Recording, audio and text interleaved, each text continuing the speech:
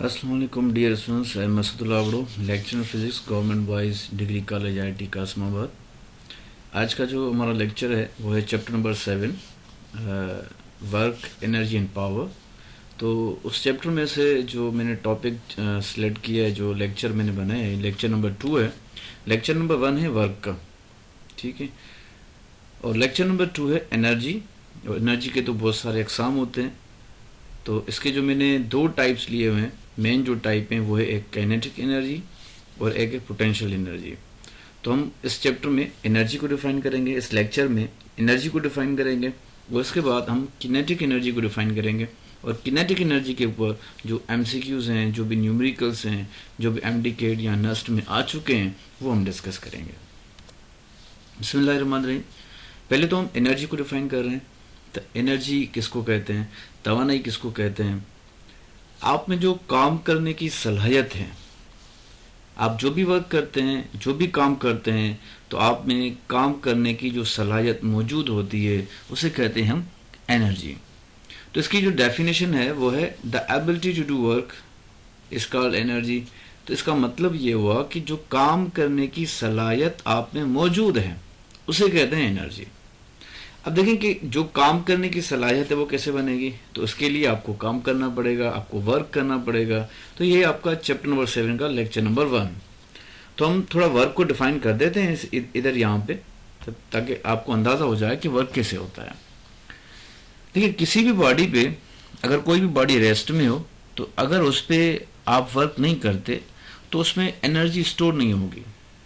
और ये याद रखें कि जब आप उस बॉडी पे वर्क करेंगे तो वर्क के लिए पहले आपको फोर्स अप्लाई करना है। जो फोर्स आप अप्लाई करेंगे वो होगा अप्लाइड फोर्स। तो अगर वो बॉडी उसी डायरेक्शन में डिस्प्लेस हो रही है जिस डायरेक्शन में आपने फोर्स अप्लाई किया है, तो ये आपका मैक्सिमम वर्क हो जाएगा। तो वर्क को हम कैसे डिफाइन करेंगे, उसको लिखेंगे F/s cos थीटा। अब आप देखें कि फोर्स और डिस्प्लेसमेंट जो है, इन दोनों की डायरेक्शन में, इनके दोनों की डायरेक्शन में एंगल बन रही है 0। दोनों वेक्टर्स हैं, दोनों का डायरेक्शन सेम है कि जिस डायरेक्शन में आपने फोर्स अप्लाई किया, डिस्प्लेसमेंट भी उसी डायरेक्शन में प्रोड्यूस हो रहा है। तो इन दोनों वेक्टर्स के बीच में जो एंगल बनेगी वो 0 बनेगी। तो हम थीटा की जगह जब 0 रखेंगे तो cos 0 1 के बराबर है। तो ये आपका मैक्सिमम वर्क हो जाएगा। तो ये जो मैक्सिमम वर्क हो जाएगा, ये आपकी एनर्जी हो जाएगी। तो ये जो भी मैक्सिमम वर्क हुआ, इस काम करने की सलाहियत को हम एनर्जी कहते हैं। तो ये जो भी वर्क हुआ, पूरा वर्क अब एनर्जी में स्टोर हो जाएगा। ठीक है बाबा। तो पहले इसकी डेफिनेशन बनी, the ability to do work is called energy. तो काम करने की जो सलाहियत है उसे कहते हैं हम एनर्जी। अब एनर्जी जो है वो डिपेंड करती है, एसोसिएट होती है with the performance of work, कि आपने कितना काम किया है, कितना काम करने की आप में सलाहियत मौजूद है। तो जितना भी काम करने की सलाहियत आप में मौजूद होगी, वो आपकी एनर्जी में कन्वर्ट हो जाएगी। जितना आप ज़्यादा काम करेंगे उतनी ज़्यादा एनर्जी स्टोर होगी, जितना आप काम कम करेंगे उतनी एनर्जी कम स्टोर होगी। तो इसका मतलब ये हुआ कि जो परफॉर्मेंस ऑफ एनर्जी है वो डिपेंड करती है आपके वर्क पे, कि आप कितना वर्क कर रहे हैं। तो जितना आप वर्क करेंगे उतनी एनर्जी बॉडी में स्टोर होगी। तो इस काम करने की सलाहियत को हम एनर्जी कहते हैं। तो ये डेफिनेशन याद रखनी है, दिस इज इम्पोर्टेंट। ठीक है बाबा। तो जितने जो भी आपने काम किया है, when work is done on a body, an equal amount of energy is stored. तो अब एनर्जी का जो फार्मूला बनेगा तो हम कैसे निकालेंगे? तो ये जो देखें, जो आपने वर्क किया है, किसी भी बॉडी पे आपने जो वर्क किया है, वो वर्क आपका अब एनर्जी में कन्वर्ट हो जाएगा। तो हम यहाँ लिखेंगे E इज इक्वल F.S। तो SI सिस्टम में हम फोर्स को मेजर करते हैं न्यूटन में, और डिस्प्लेसमेंट को मेजर करते हैं मीटर में। तो newton into metre SI system में ये बराबर होता है जूल के। तो एनर्जी को हम SI सिस्टम में जूल में मेजर करते हैं। ठीक है बाबा। अब ये देखें, ये एक एनिमेशन है कि आपने एक बॉडी पे 50 न्यूटन फोर्स अप्लाई किया है, तो उसमें जो डिस्प्लेसमेंट प्रोड्यूस हुआ है वो है 5 मीटर। अब इसका आप वर्क निकालें, तो वर्क कैसे निकालेंगे? W is equal F into D. देखिए जिस डायरेक्शन में फोर्स अप्लाई हो रहा है बॉडी उसी डायरेक्शन में डिस्प्लेस्ड हो रही है, तो ये मैक्सिमम वर्क हो जाएगा। तो फोर्स आपका है 50, अब डिस्प्लेसमेंट आपका कितना है 5 मीटर, तो ये जो वर्क होगा 5 5 25, 0 आप देंगे तो ये हो जाएगा 25 जूल। तो ये 25 जो जूल वर्क है ये आपका एनर्जी में कन्वर्ट हो जाएगा। ठीक है, अगर ये फ्रिक्शन है तो थोड़ी बहुत एनर्जी जो है वो लॉस होती है, लेकिन अगर ये बॉडी फ्रिक्शनलेस सरफेस पे है, स्मूथ सरफेस पे है, तो जो आपने वर्क किया है तो वो वर्क जो है वो कन्वर्ट हो जाएगा एनर्जी में। तो ये 250 जूल का जो वर्क होगा वो एनर्जी में कन्वर्ट हो जाएगा, कि शर्त ये कि आपका जो सरफेस है वो स्मूथ होना चाहिए। अब ये याद रखें कि एनर्जी जो है वो स्केलर क्वांटिटी है, वर्क भी स्केलर क्वांटिटी है, इसको डायरेक्शन नहीं होती। और इनके जो यूनिट हम अब स्टडी करेंगे तो एनर्जी का जो यूनिट है वो है एसआई सिस्टम में जूल, मैंने ये पहले आपको बताया था। तो ये याद रखना है कि एक जो जूल है वो बराबर होता है न्यूटन इंटू मीटर के। अब सीजीएस सिस्टम में क्या होता है कि वर्क को हम मेजर करते हैं अर्ग में, और एक अर्ग जो है वो इक्वल होता है सीजीएस सिस्टम में, न्यूटन की जगह आप लिखेंगे डाइन और मीटर की जगह आप लिखेंगे सेंटीमीटर। तो एक अर्ग बराबर होता है डाइन इंटू सेंटीमीटर। अच्छा, एफईएस सिस्टम में याद रखें कि वर्क और एनर्जी को हम मेजर करते हैं बीटीयू में, ब्रिटिश थर्मल यूनिट। अब ब्रिटिश थर्मल यूनिट ये वैल्यू याद करने, ये एमसीक्यूज में भी आती है कि ये ब्रिटिश थर्मल यूनिट इक्वल होता है 1055 जूल के बराबर। ठीक है बाबा। अच्छा, इसका ये 3 यूनिट हो गए एनर्जी के। क्या आप एनर्जी को मेजर करेंगे जूल में एसआई सिस्टम में, सीजीएस में अर्ग में, और अगर एफपीएस सिस्टम मेजर करेंगे तो हम लिखेंगे बीटीयू, जिसे हम कहते हैं ब्रिटिश थर्मल यूनिट। उसके अलावा अगर आपको एनर्जी मेजर करनी है किसी भी फंडामेंटल पार्टिकल की, जैसे इलेक्ट्रॉन हो गया, प्रोटॉन हो गया, न्यूट्रॉन हो गया, तो याद रखना एनर्जी ऑफ फंडामेंटल पार्टिकल यानी इलेक्ट्रॉन, प्रोटॉन और न्यूट्रॉन, इनकी एनर्जी जो है हम हमेशा इलेक्ट्रॉन वोल्ट में मेजर करते हैं। तो इलेक्ट्रॉन वोल्ट ये यूनिट है एनर्जी का, ये भी एनर्जी का यूनिट है, लेकिन हम एनर्जी मेजर करेंगे फंडामेंटल पार्टिकल्स की। अच्छा, ये चीज याद रखें कि इलेक्ट्रॉन वोल्ट किसके इक्वल होता है, तो 1 आप कोफिशिएंट दे दें। इलेक्ट्रॉन के ऊपर जो चार्ज होती है उसकी वैल्यू होती है 1.6 इंटू 10⁻⁻19 कूलम, और 1 वोल्ट जो है ये आप इंटर में पढ़ा होगा कि ये बराबर होता है जूल पर कूलम के। तो ये कूलम कूलम कैंसिल हो जाएगा। अब क्या हो गया कि ये वैल्यू बच गई 1.6 इंटू 10⁻⁻19 जूल। ये 1 इलेक्ट्रॉन वोल्ट इतनी एनर्जी के बराबर होता है। लेकिन ये एनर्जी आप किसकी लेंगे, ये आप इलेक्ट्रॉन की मेजर करेंगे, आप प्रोटॉन की मेजर करेंगे, और जो न्यूट्रॉन है ये है आपके पास फंडामेंटल पार्टिकल्स जिनकी एनर्जी आप इलेक्ट्रॉन वोल्ट में मेजर करेंगे। क्लियर, ये चीज याद कर लें कि energy of fundamental particle is always measured in electron volt. अगर एमसीक्यूज में आते हैं तो आप इलेक्ट्रॉन वोल्ट को टिक करेंगे। अच्छा, एक चीज और इम्पोर्टेंट मैं आपको बताता चलूं कि एनर्जी जो है वो हम किलोवाट आवर में मेजर करते हैं, लेकिन कौन सी एनर्जी, इलेक्ट्रिकल एनर्जी। याद रखें कि इलेक्ट्रिकल एनर्जी को हम किलोवाट आवर में मेजर करते हैं। ठीक है, याद रखना, इंपॉर्टेंट एमसीक्यूज एमडी कैट में और ई कैट में आ चुके हैं कि electrical energy is always measured in kilowatt hour. 1 kilowatt hour किसके बराबर होता है, 3.6 इंटू 10⁻6 जूल के बराबर तो होता है। अगर हम इसको प्रूव कर लें तो प्रूव भी कर सकते हैं। तो किलो बराबर होता है 1000 के। 1 वॉट ये पावर का यूनिट है जो बराबर होता है जूल पर सेकेंड। अगर मैं ये भी आपको बताता चलूं कि ये भी सिंपल करता चलूं कि अगर किसी को नहीं याद, हालांकि याद होना चाहिए, बहुत सिंपल होता है कि पावर का यूनिट वॉट होता है, वॉट किसके बराबर होता है। अब वर्क का यूनिट होता है जूल, टाइम का यूनिट होता है सेकेंड, तो जूल पर सेकेंड किसके बराबर हो गया, वाट के। तो ये 1 what is equal two joule पर सेकेंड।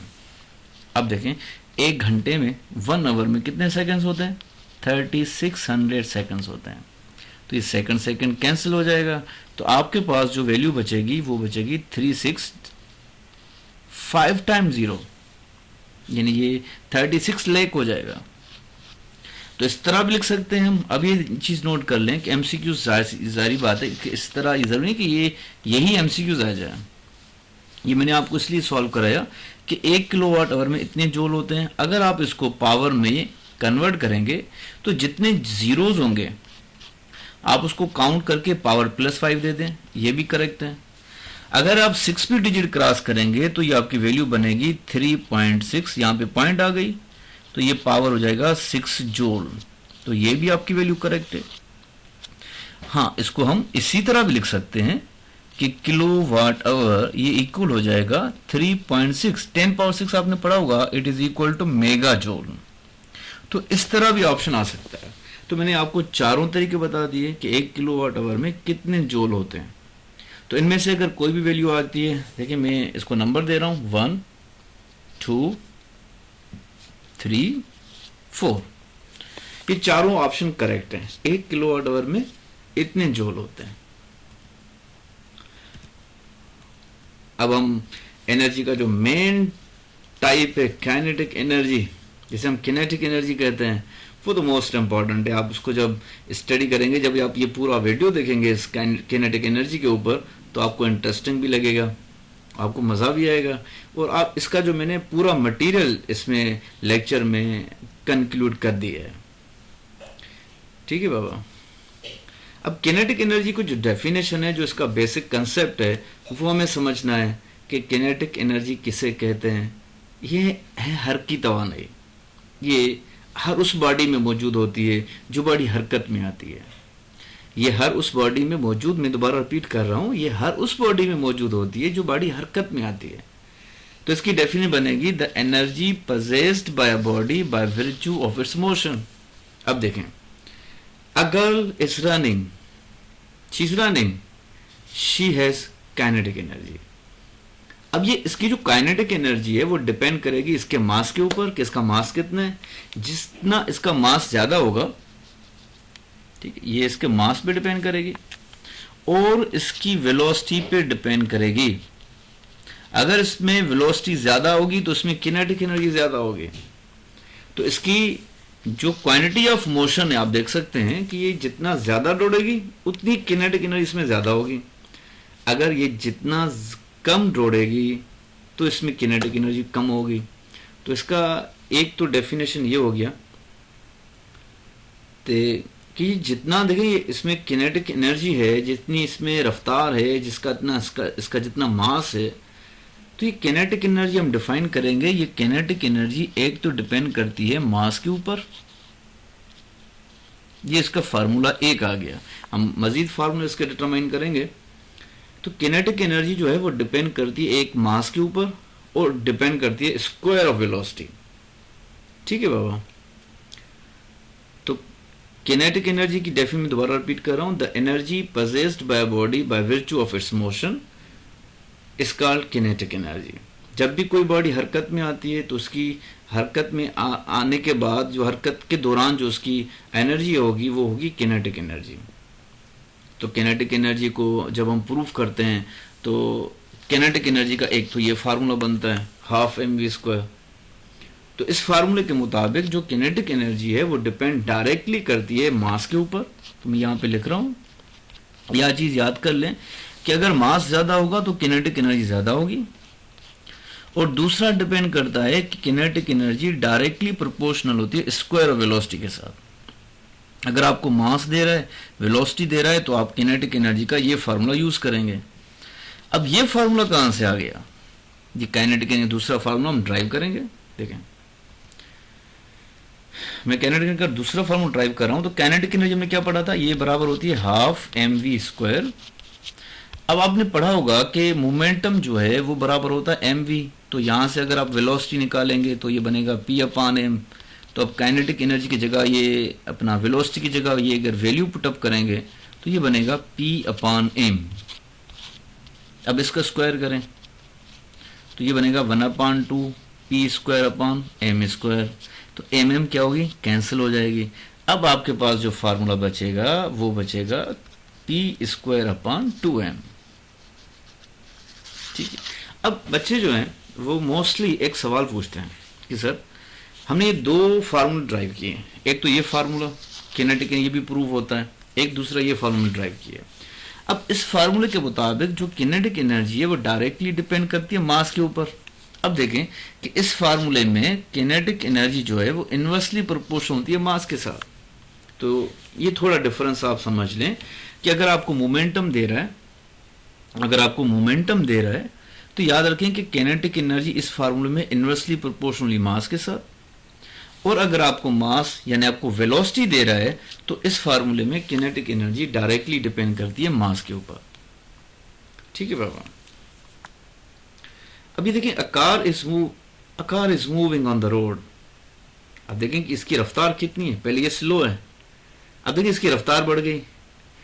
तो अगर इसकी रफ्तार कम है, मास उसका सेम है, मास चेंज नहीं हो रहा, मास इस कार का सेम है। अब पहले देखें इसकी रफ्तार कम है तो इसमें किनेटिक एनर्जी कम होगी। जब इस कार ने अपनी रफ्तार बढ़ाई तो उसमें किनेटिक एनर्जी बढ़ जाएगी। तो ये फैक्टर याद करना है कि काइनेटिक एनर्जी डिपेंड करती है एक मास के ऊपर, स्क्वायर ऑफ वेलोसिटी, और तीसरा डिपेंड करती है स्क्वायर ऑफ मोमेंटम पे। तो कभी कभी इस तरह भी एमसीक्यूज आ जाते हैं कि अगर आपको बोले कि भाई एक बॉडी है जिसका मोमेंटम है डबल, तो उसका आप करेंगे स्क्वायर, तो 2p का स्क्वायर करेंगे तो ये बन जाएगा 4p² / 2m। अब ये 2 4 से डिवाइड नहीं करना कि p² / 2m ये आपकी है किनेटिक एनर्जी। तो किनेटिक एनर्जी 4 टाइम इंक्रीज होगी। याद रखना कि किनेटिक एनर्जी डायरेक्टली प्रोपोर्शनल होती है स्क्वायर ऑफ मोमेंटम के साथ। अगर आपको बोला है कि भाई मोमेंटम जो है किसी भी बॉडी का वो डबल है, तो काइनेटिक एनर्जी क्या होगी, 4 टाइम बढ़ जाएगी। ठीक है, ये भी आपको क्लियर हो गया। और काइनेटिक एनर्जी किस पे डिपेंड करती है, मास के ऊपर, स्क्वायर ऑफ वेलोसिटी और स्क्वायर ऑफ मोमेंटम पे डिपेंड करती है। तो ये मैंने चीज आपको क्लियर कर दी इस एनिमेशन के साथ कि इस कार का मास सेम है। तो पहले देखिए इसकी रफ्तार कम है तो इसकी किनेटिक एनर्जी कम होगी। अब इसकी रफ्तार जैसे जैसे बढ़ेगी, देखिए रफ्तार बढ़ रही है तो इसमें किनेटिक एनर्जी ज्यादा हो गई। तो ये भी आपको कंसेप्ट क्लियर हो गया। ठीक है, काइनेटिक एनर्जी के हमने दोनों फॉर्मूले ड्राइव कर लिए, प्रूफ कर लिए, उसके फैक्टर हमने सीख लिए। ठीक है, और अब आते हैं न्यूमेरिकल्स पे। ठीक है, एक चीज ये भी नोट कर लें कि ये भी बहुत मोस्ट इंपॉर्टेंट एमसीक्यूज आता है कि अगर मास और velocity of a body are doubled, ये दोनों डबल हो जाएं, तो काइनेटिक एनर्जी कितना टाइम बढ़ेगी। तो काइनेटिक एनर्जी को हम ऐसे लिखते हैं, ये बराबर होती है 1/, ये कंडीशनल एमसीक्यूज होते हैं। तो अक्सर बच्चे एक मिस्टेक करते हैं, मैं आपको बता रहा हूँ कौन सी मिस्टेक करते हैं। अब मास आपका डबल है तो इसको लिखेंगे 2m, वेलोसिटी आपकी डबल है, इसको लिखेंगे 2v, उसके ऊपर स्क्वायर दे देंगे। तो 1/2 ये मास आप लिखेंगे 2m, वेलोसिटी का आप स्क्वायर करेंगे तो ये बनेगा 2v²। अब बच्चे अक्सर क्या करते हैं कि ये जो 2 वाला ये वाला डिनोमिनेटर और ये 2 कैंसिल कर देते हैं। ये न्यूमेरिकल नहीं है, ये प्रॉब्लम नहीं है, ये कैंसिल नहीं होगा। अब आपको क्या करना है कि 1/2 ये जो फैक्टर है किनेटिक एनर्जी के ये वाले, ये आप पहले नीचे उतार के लाएंगे। ये तो मैं पहले आपको प्रूफ करवा रहा हूं, फिर आपको कंसेप्ट क्लियर हो जाएगा तो आपको ये सॉल्व करने की जरूरत नहीं पड़ेगी। अब आपके पास दो वैल्यू बची हैं, एक 2 और 4। तो 2 को 4 से जब आप मल्टीप्लाई करेंगे तो ये बन जाएगा 8 हाफ mv²। ये वाला टर्म किसके बराबर है, किनेटिक एनर्जी। तो किनेटिक एनर्जी 8 टाइम बढ़ जाएगी, इट इंक्रीजेस बाय 8 टाइम्स। ठीक है, क्लियर हो गया। अब ठीक है, नेक्स्ट आपको एमसीक्यूज बता रहा हूं कि अगर momentum of a body is equal to kinetic energy then velocity of a body becomes 2 metre per second. ये एमसीक्यूज आता है। ठीक है, मैंने आगे लिखा हुआ है तो मैं उसको भी प्रूफ कर रहा हूं, लेकिन यहाँ पे मैं आपको बता देता हूँ कि अगर, अच्छा ये चीज नोट कर लें कि जब ये न्यूमेरिकल्स आते हैं ना फार्मूले के ऊपर, तो बच्चे कंफ्यूज हो जाते हैं कि मोमेंटम इक्वल हो गया किनेटिक, अब सोचने पड़ जाते हैं। भाई सोचने की जरूरत नहीं है, अब आपको बता रहा है ना कि मोमेंटम बराबर है किनेटिक एनर्जी, तो आप लिखें। देखिए मोमेंटम की वैल्यू फार्मूला क्या पढ़ा था आपने, mv।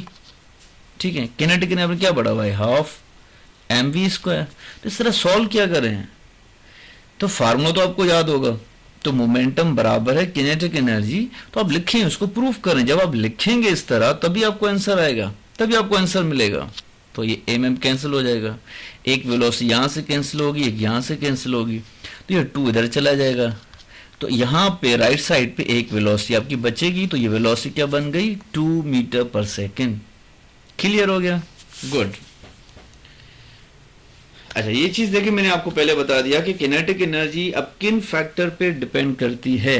तो किनेटिक एनर्जी का पहला फॉर्मूला क्या लिखा था, 1/2 mv²।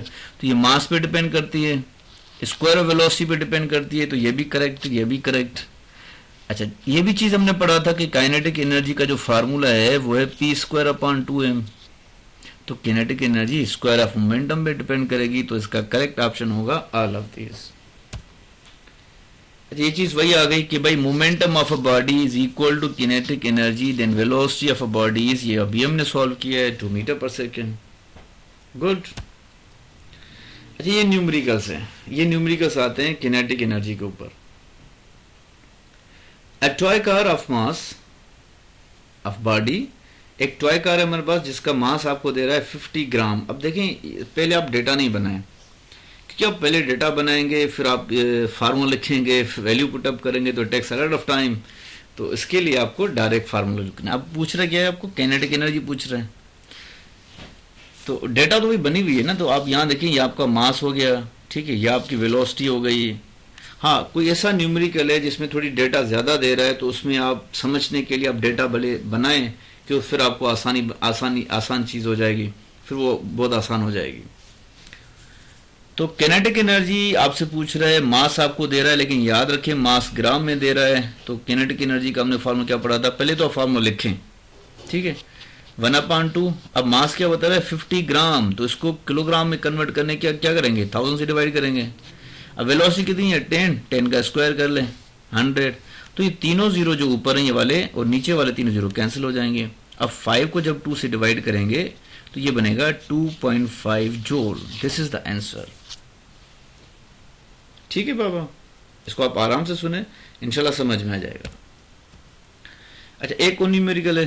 अच्छा, एक चीज़ मैं आपको और बताता चलूँ कि ये नोट कर लें कि किनेटिक एनर्जी का ये फार्मूला होता है 1/2 mv²। तो अगर आपको किनेटिक एनर्जी दे रहा है, अब ये किनेटिक एनर्जी दे रहा है और आपसे अब वेलोसिटी पूछेगा, तो आप 2 इधर लेकर आएंगे, ये मल्टीप्लाई में जाएगा। ये काइनेटिक एनर्जी को मैं ई से डिनोट कर रहा हूँ, मास जो है आपका उधर चला जाएगा डिवाइड में, ठीक है। अब ये बन गया v²। आपको एक वेलोसिटी चाहिए, आप दोनों तरफ क्या देंगे, स्क्वायर रूट, तो रेडिकल कैंसिल, स्क्वायर कैंसिल, तो ये वेलोसिटी का फार्मूला बन जाएगा 2E/m।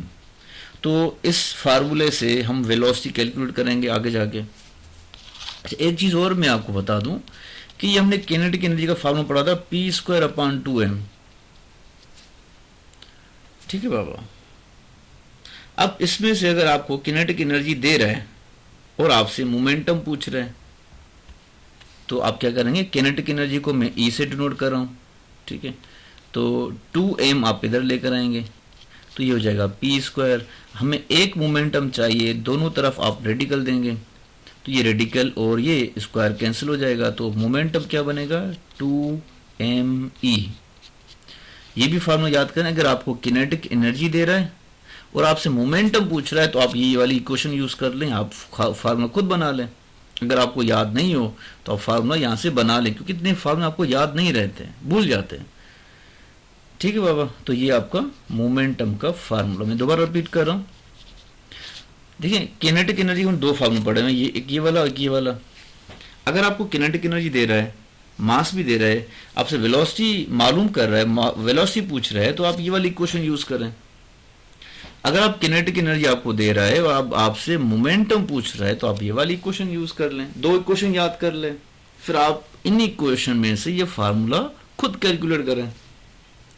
अब इन दोनों इक्वेशंस पे, इसके ऊपर और इसके ऊपर मैंने न्यूमेरिकल्स बनाए हुए हैं, वो सॉल्व करेंगे। तो मैंने आपको पहले ये फॉर्मेट बता दिया। देखिए, a body of mass 5 kg having kinetic energy of 10 joule, it's momentum will be. अब आपको क्या बता रहा है, एक बॉडी है जिसका मास दे रहा है, उसकी किनेटिक एनर्जी दे रहा है। अब आपसे क्या पूछ रहा है, मोमेंटम। देखिए, मैंने ये क्वेश्चन ड्राइव कर लिए यहाँ पे, तो आपको इक्वेशन ही याद करनी, ये वाली जो ऊपर वाली ये वाली, ये मेन इक्वेशन आपको याद कर लें बस। तो आपको किनेटिक एनर्जी दे रहा है, आपसे मोमेंटम पूछ रहा है, तो हम इक्वेशन यूज करेंगे P is equal to radical 2me। 2 mass कितने हैं बाबा 5, एनर्जी कितनी है 10, तो 2 5 10, तो 10 को 10 से मल्टीप्लाई करेंगे तो ये बन जाएगा 100।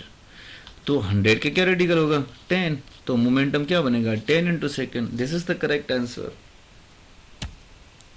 अच्छा, एक और प्रॉब्लम, वही फार्मूला जो मैंने यहाँ पे लिखा हुआ था वो ये वाला देखें। अब आपको किनेटिक एनर्जी देगा और आपसे वेलोसिटी पूछेगा। देखें, a toy car of mass कितना, ये टेक्स्ट बुक का एग्जाम्पल है, आप देखेंगे ये टेक्स्ट बुक का एग्जाम्पल है, वहां पे लिखा हुआ है chapter 7। A toy car of mass कितने हैं बाबा 0.1 kg हैविंग किनेटिक एनर्जी आपको दे रहा है 5 जूल।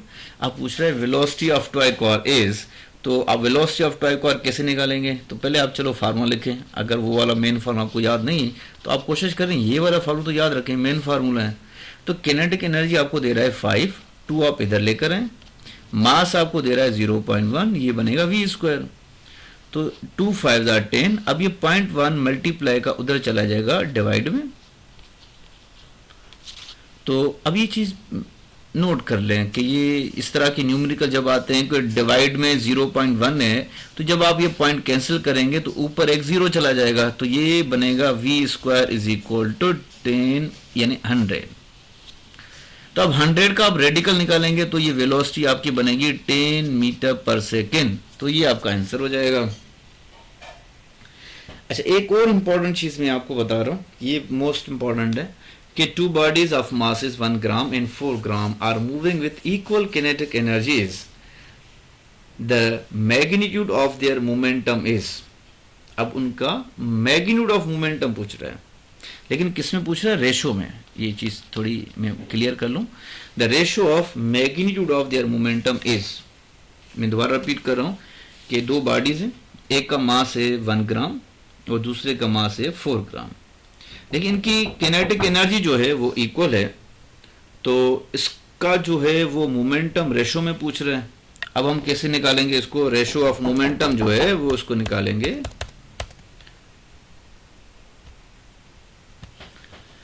अब देखिए, आपके पास फार्मूला है कि आपको मास दे रहे हैं लेकिन किनेटिक एनर्जी याद रखें इक्वल है।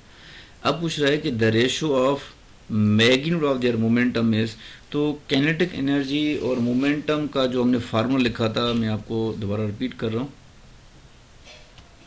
ठीक है, ये वाला फार्मूला, ये वाला।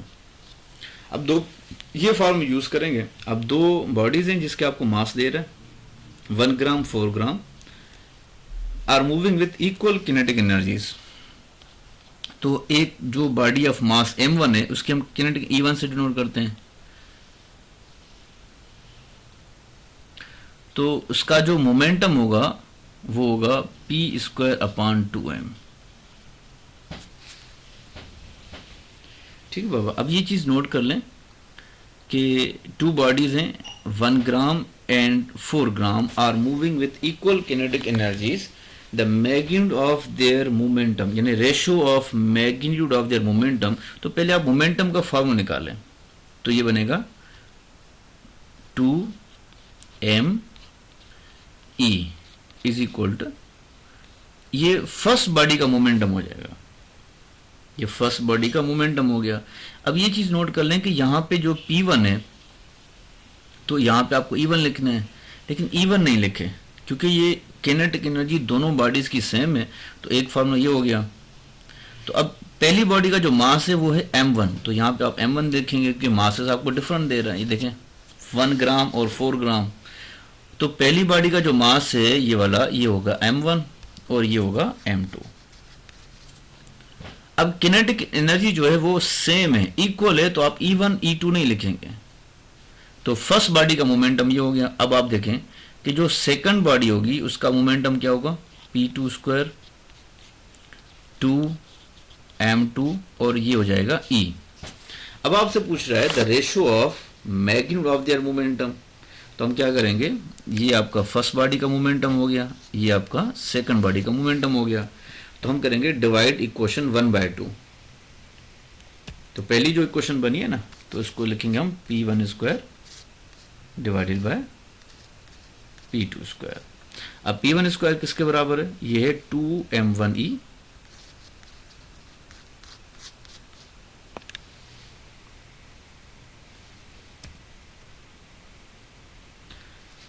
और ये किसके बराबर है, 2m2e।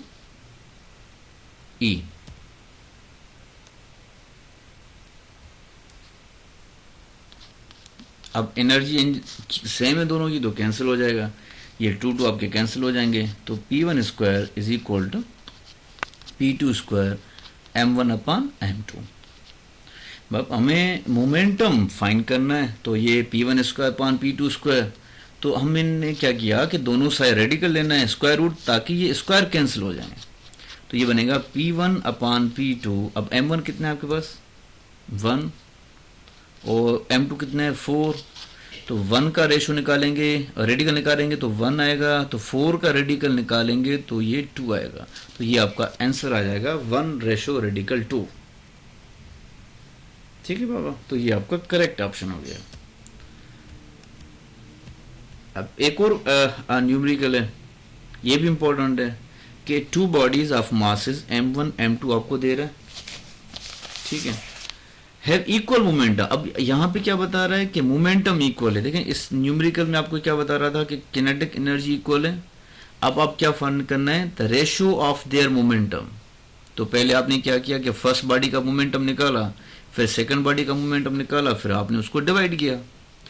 अब देखें कि यहाँ पे आपको m1 दे रहा है, m2 दे रहा है, दोनों मासेस दे रहा है। अब इनके पास मोमेंटम इक्वल है। अब kinetic energy is in the ratio of, इन दोनों बॉडीज की जो किनेटिक एनर्जी है वो रेशो में पूछ रहा है। तो किनेटिक एनर्जी जो फर्स्ट बॉडी की है मैं उसे E1 से डिनोट कर रहा हूँ, और जो सेकंड बॉडी की किनेटिक एनर्जी है मैं उसे E2 से डिनोट कर रहा हूँ। तो फर्स्ट बॉडी का जो मोमेंटम है वो है p²/2। तो ये ऐसे ये चीज नोट कर लें कि मोमेंटम सेम है तो p1 नहीं लिखेंगे। तो फर्स्ट बॉडी की जो किनेटिक एनर्जी का फार्मूला था वो हमने इस तरह लिखा था p²/2m1। अब दूसरी बॉडी का हम कैसे करेंगे कि उसका लिखेंगे p²/2m। अब सेकंड बॉडी की जो किनेटिक एनर्जी होगी तो हम इसको करेंगे डिवाइड में लिखेंगे, तो ये हो जाएगी p²/2m2। अब ये देखें कि ये second body kinetic energy E2। तो अब ये मोमेंटम जब सेम दे रहा है तो आप इसको p1 p2 नहीं लिखेंगे, तो ये होगा p²/2m1।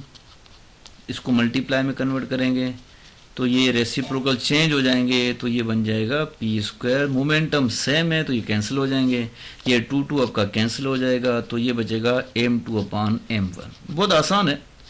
अब इसकी आपको प्रैक्टिस की ज़रूरत है, तो आप जितनी प्रैक्टिस करेंगे तो आपको ये याद हो जाएगा। तो ये बनेगा m2:m1। देखिए मैं आपको दिखाऊं, ये बनेगा m2:m1।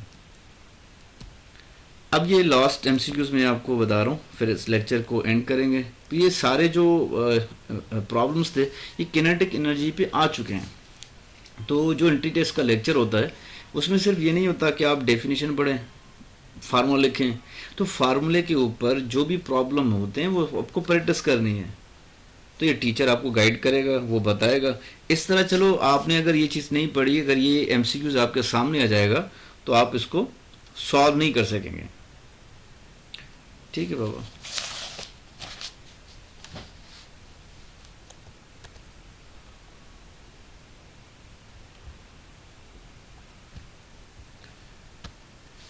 हमारे पास 2 बॉडीज हैं, एक 2 किलोग्राम और 4 किलोग्राम। अब बता रहा है कि इसके पास मोमेंटम इक्वल है। ठीक है, मोमेंटम इक्वल है। तो काइनेटिक एनर्जी 4 किलोग्राम, यानी देखिए मैं आपको डेटा बना रहा हूँ। ये वाली जो बॉडी है ये बॉडी m1, ठीक है, पहले आप ये डेटा बने, ठीक है। ये वाली बॉडी जो है वो है m1, ठीक है। ये वाली जो बॉडी है, जो सेकंड बॉडी दे रहा है, ये है m2। अब बोल रहा है कि मोमेंटम इक्वल है, the kinetic energy of 4 kilogram. तो 4 किलोग्राम की जो काइनेटिक एनर्जी होगी वो क्या होगी बेटा, वो होगी E2। तो ये वाली जो काइनेटिक एनर्जी होगी ये आपकी होगी E2। अब पूछ रहा है कि काइनेटिक एनर्जी ऑफ 2 किलोग्राम, तो 2 किलोग्राम ये m1 है, तो m1 की जो काइनेटिक एनर्जी होगी वो E1 होगी, तो आपसे E1 पूछ रहा है। तो देखें मोमेंटम जब इक्वल होगा ना तो काइनेटिक एनर्जी जो रेशो में बनेगी वो ये बनेगी। ये वाला फॉर्मूला मैंने ड्राइव कर दिया है आपके, पहले मैंने आपको ये फार्मूला सिखाया, ठीक है। तो अब इसके ऊपर न्यूमेरिकल है, तो मैं इसको फार्मूला को लिख रहा हूँ यहाँ पे। तो E1 upon E2 is equal to M2 upon M1।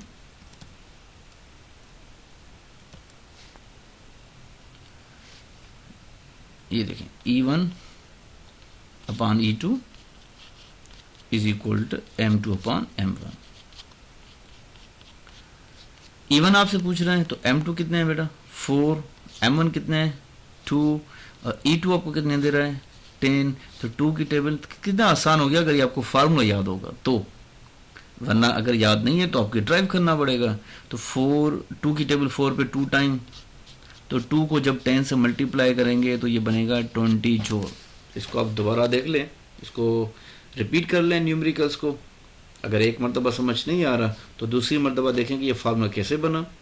अब ये चीज़ मैं दोबारा रिपीट कर रहा हूँ कि अगर मोमेंटम इक्वल है तो kinetic energy is in the ratio of, ये टर्म्स इंपॉर्टेंट है, ये आप नोट कर लें। ये मैंने फार्मूला आपको बता दिया। अगर ये न्यूमेरिकल आपको, ये फार्मूला आपको याद होगा तो न्यूमेरिकल आपके लिए आसान हो जाएगा। God bless you. इंशाल्लाह अब नेक्स्ट लेक्चर मुलाकात होगी। अल्लाह हाफिज़, टेक केयर।